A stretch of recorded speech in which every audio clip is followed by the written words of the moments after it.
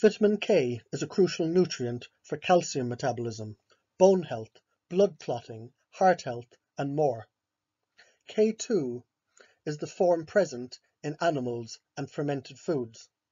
As a supplement, vitamin K2 may help with osteoporosis, heart damage, inflammation, and more. Vitamin K2 is also known as menaquinone, and it's involved in blood clotting, bone health, and the regulation of some cellular functions in the human body. Vitamin K2 is also important for the regulation of cell growth and the maintenance of the arterial walls. The main two types of vitamin K2 are MK4 and MK7. Vitamin K2 in the form of MK7 has a much longer half-life than the synthetic vitamin K1, which means that it stays in your system for longer. Vitamin K1 comes from plant sources, while animal foods and some fermented products contain vitamin K2. Some benefits. It promotes strong bones and teeth, improves cognitive performance, decreases inflammation and helps some autoimmune conditions, and reduces the heart disease risk and improves circulation. Vitamin K is a cofactor for glutamine carboxylase enzyme, which enables carboxylation of glutamic acid to the Y-carboglutamic acid. This reaction makes it possible for proteins to bind calcium, which in turn is important in blood clotting, known as coagulation. Calcium binding is also an integral part of bone health and strength. Vitamin K2 helps to transport electrons in the mitochondria, similar to ubiquinone, which helps boost mitochondrial function and create energy. However, in mice liver cells, it wasn't able to replace the functions of ubiquinone, also known as CoQ10. In a fly model of Parkinson's disease, K2 was able to help by improving the mitochondria. Vitamin K2 with an electron has antioxidant properties, and it can prevent glutathione depletion, neuronal death, also in cultured neurons. You can check out my videos on mitochondrial boosters, on Parkinson's disease, on glutathione, and on antioxidants for more information about these things. Vitamin K2 is the principal form of vitamin K that the brain uses. Vitamin K2, as MK4, was found to represent greater than 98% of the total vitamin K in the brain, irrespective of age.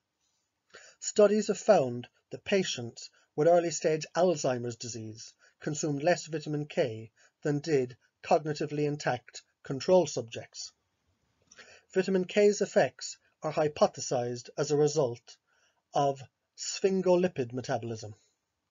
Vitamin K2, as MK4, positively correlates with sulfatides and sphingomyelin, which are two brain protective components. You could check out my video on Alzheimer's for more information on treating this condition naturally. Vitamin K2 can help in hemorrhagic diseases in newborns, in hypothrombonemia, which is impaired blood clotting, and vitamin K-dependent clotting factor deficiencies, and warfarin and other anticoagulant toxicity. In order for the bones to take in calcium, they need osteocalcin to bind the calcium, which is released by bone cells called osteoblasts.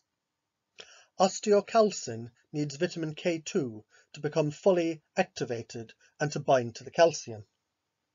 Vitamin K2 maintains and improves bone mineral density. In studies of postmenopausal women, higher levels of vitamin K2 help to prevent bone fractures and to improve bone strength. A vitamin K2 deficiency can lead to arterial defects and to osteoporosis as calcium gets deposited in the blood vessels instead of the bones. Low levels of vitamin K were also linked to increased inflammation fractures, and bone pain.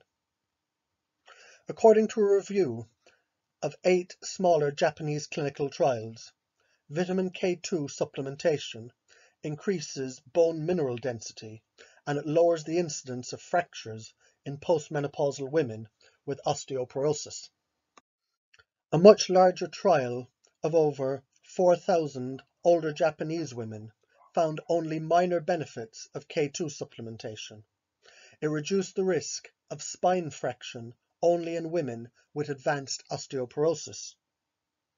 A recent update warned about low-quality trials in older reviews with positive results and suggested further investigation. Vitamin K is an essential nutrient for bone strength though, and vitamin K2 supplementation may help with osteoporosis in postmenopausal women, but the effects may be mild. You can check out my video on osteoporosis for more natural treatment methods for this condition. There's an association between higher intake of vitamin K2 and low risk of heart disease. For every 10 micrograms of K2 consumed per day, the incidence of heart rate was reduced by 9% in a comprehensive trial of over 16,000 women. Vitamin K2 prevents calcium from being deposited in the arteries and causing arteriosclerosis, which is a major risk factor for heart disease.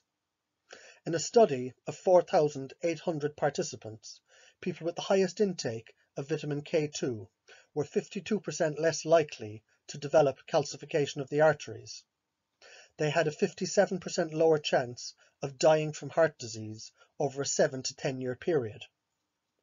According to a review of 27 clinical trials and over 12,000 participants, vitamin K supplementation significantly improves the calcification of blood vessels, but doesn't improve their stiffness. Additionally, some studies use vitamin K1. The optimal intake of vitamin K2 may help to prevent heart disease. High vitamin K levels were associated with lower inflammation rates and CRP values in a study of over 1,300 participants. A study of 380 women had similar results, but it failed to confirm the benefits of supplementation. In 158 women with rheumatoid arthritis, a daily dose of 45 milligrams of vitamin K2 reduced inflammation and disease activity. Vitamin K2 administration has beneficial effects in animal models of multiple sclerosis. Higher vitamin K2 intake was linked to a 63% lower rate of advanced prostate cancer in a trial of 268 patients. An increase in dietary intake of vitamin K, both K1 and K2, was associated with a 2 times lower cancer mortality in over 7,000 study participants.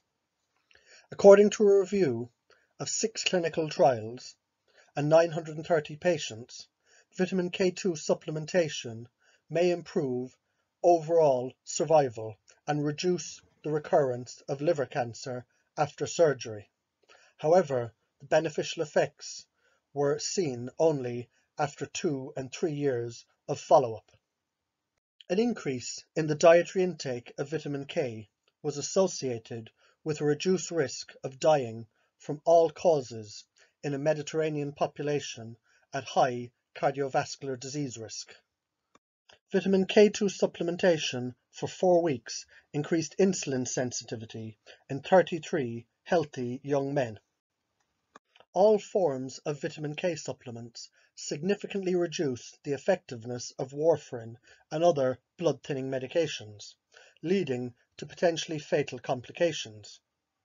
Patients on blood thinners should be careful to monitor their vitamin K dietary intake, as they must not use vitamin K supplements. Population-based studies have linked a high dietary intake of preformed vitamin A to a greater risk of osteoporosis and hip fracture. This is because vitamin A competes with vitamin K2 and vitamin D3, both of which are important for bone health. broad-spectrum antibiotics can contribute to a vitamin K2 deficiency as a result of killing bacteria that produce vitamin K2. If you're taking a bile acid sequestrant, such as cholestyramine, that will also increase your need for vitamin K2, since K2 is absorbed into the bile. Some other groups at risk for a deficiency include liver disease patients, people with inflammatory bowel disease or cystic fibrosis, and babies who are exclusively breastfed. Vitamin K2 is generally higher in the fat of animals, especially those that are grass-fed. Vitamin K1 is found in plants. A dietary intake of vitamin K2 accounts for up to 25% of total vitamin K intake. Humans can partly convert vitamin K1 to vitamin K2 in the body, but the conversion process is inefficient. Vitamin K2 is also produced by gut bacteria in the large intestines. Specifically, lactic acid bacteria produce K2 in the form of MK4. Some food sources of vitamin K2 are fermented foods, liver and other organs, and dairy products from grass-fed animals, like cheese, curds, yogurt, and milk. Dr. Weston Price recommended butter from grass-fed cows, especially in the springtime, as this was one of the highest sources of the vitamin K2 in the form of MK4. There's many reasons for the modern widespread deficiency of vitamin K2. Our aversion to eating offal, animals raised eating anything other than grass, factory farms, high antibiotic use in animal feeds and in humans, animals fed GMO corn and soy, soil nutrient depletion, glyphosate Roundup use, processed food, and dysfunction of the gut. If you're taking a statin or a blood thinner, you should know that these drugs create a deficiency in vitamin K2. Our elderly ancestors ate more of this nutrient as they aged. How can you tell whether you're deficient in vitamin K2?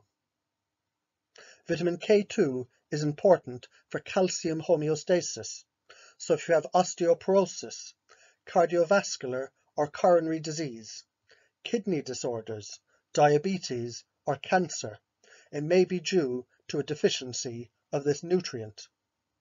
Tooth decay is another sign of vitamin K2 deficiency. Children brought up on diets lacking in vitamin K2, starting in the womb, tend to have narrow faces and crowded and crooked teeth. Cheese contains vitamin K2 as MK4 as well as long-chain MKs. Cheese is made by adding different bacterial cultures to milk, each one producing a different effect. Typically, the MKs found in cheese, from the greatest amounts to the lowest amounts, are MK9, MK4, MK8, MK10, and MK7. Some cheese, like mozzarella or Comté, have short-chain or long-chain MKs. Some cheese, aged from 90 to 180 days, may only have vitamin K2 as MK4. Not all fermentation processes or bacteria make long-chain MKs. A study testing 84 different foods found that most contained small amounts of vitamin K2 as MK4. Rarely do longer-chain MKs exist in meat of chicken, beef, or pork. In offal, small to moderate amounts of MK6 and MK10 have been detected. Fish typically have small amounts of vitamin K2 as MK4.